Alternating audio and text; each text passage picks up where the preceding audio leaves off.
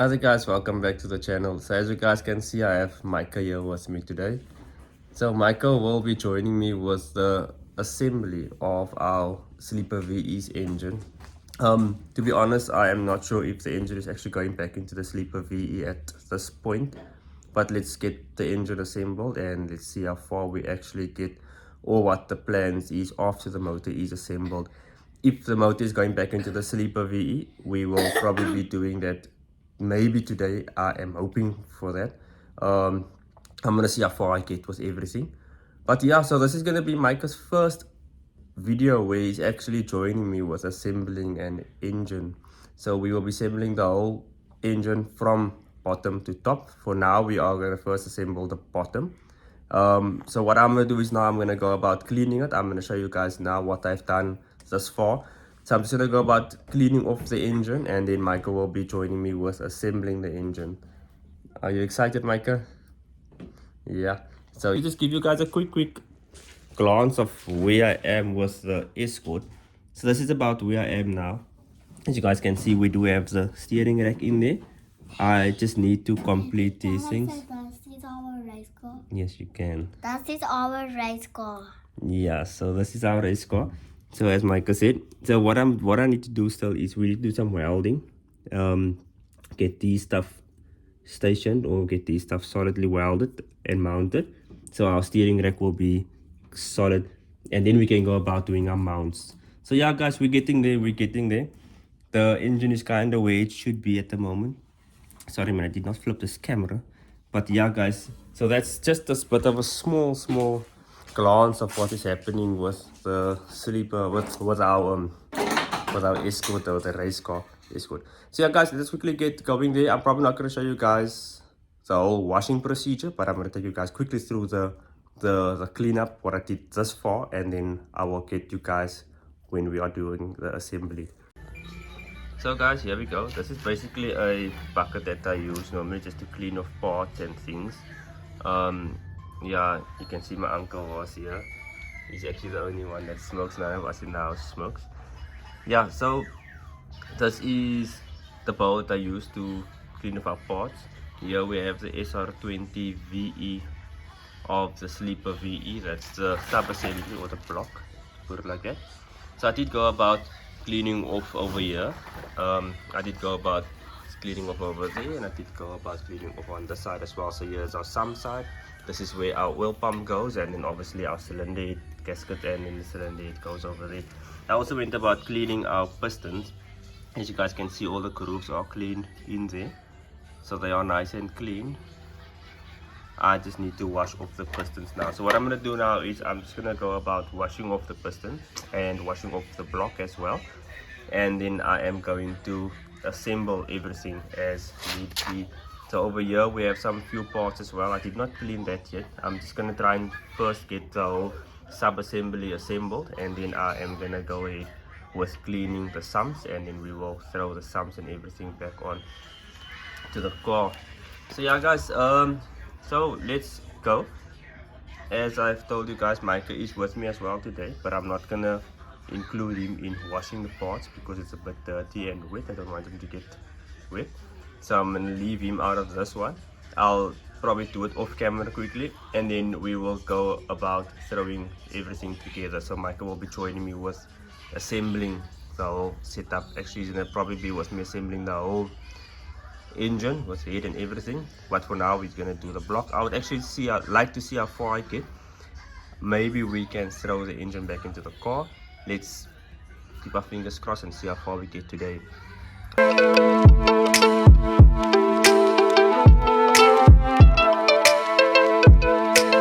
So guys, just a quick update where we are. So as you guys can see, I did clean off the pistons. I did wash the pistons as clean as I actually could. So there we go. It's our pistons, Conrad's piston cups, so Conrad cups. Then also over here we have our crank. I just need to clean up the crank a bit. Unfortunately, I did pick up a bit of surface rust, but it has been done. As you guys can see, the tag is still on. It has been done just because I was being an idiot and I did not oil it and leave it laying, because the plan was not for it to lay as long as it did.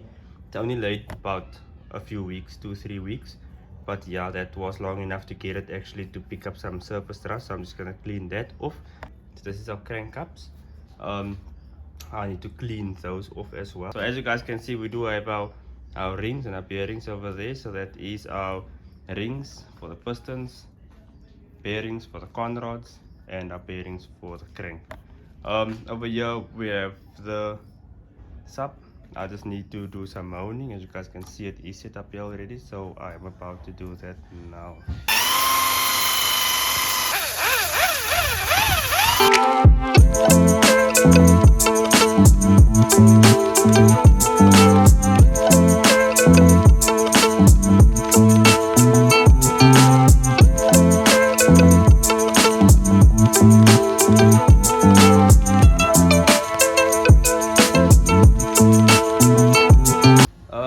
Yeah, my partner in crime ran away. I think the whole building or the whole cleaning process was taking a bit too long, so he kind of got bored and he went off and went to go watch his own stuff. So the honing is done. I'm not sure if I showed you guys. Honing is done. I did throw bearings on. It is lubricated as well, as you guys can see. Our bearings is all on. There we go. The crank is nice and clean. I cleaned that up. Our piston rings is on. I'm not sure if I showed you guys that either. Piston rings is on, and then our conrod bearings is in as well. So yeah guys, we are ready to throw everything back together. So yeah, let's go.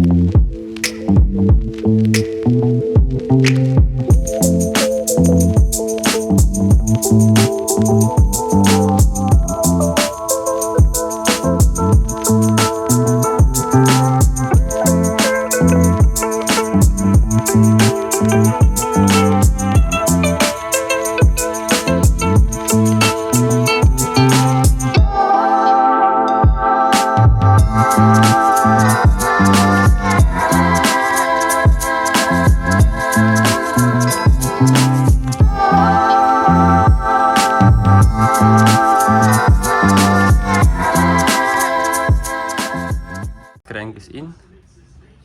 Now just to torque them down, and then we can throw in our pistons.